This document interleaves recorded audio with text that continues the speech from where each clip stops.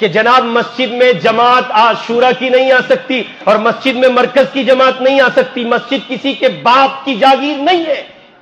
اس میں عوام کو آگے بڑھنا چاہیے اور عوام کو آگے آ کر ان تمام تر تفریقات کا خاتمہ کرنا چاہیے. مسجد مسجد ہے، اللہ کا گھر ہے، وہ کسی کے باپ کی جاگیر نہیں ہے.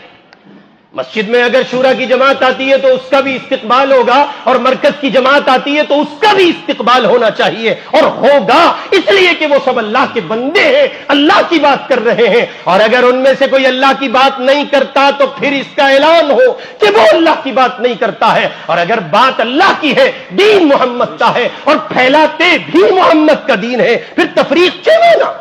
کیا حیثیت رکھتی ہے تفریق؟ کیوں آپ ایک دوسرے کو گھور کر دیکھتے ہیں؟ کیوں آپ ایک دوسرے کو گمراہ کہتے ہیں؟ کیوں آپ ایک دوسرے کو کہیے کہ کفر تک لے جاتے؟ ہرگز اس بات کی اجازت نہیں دی جا سکتی.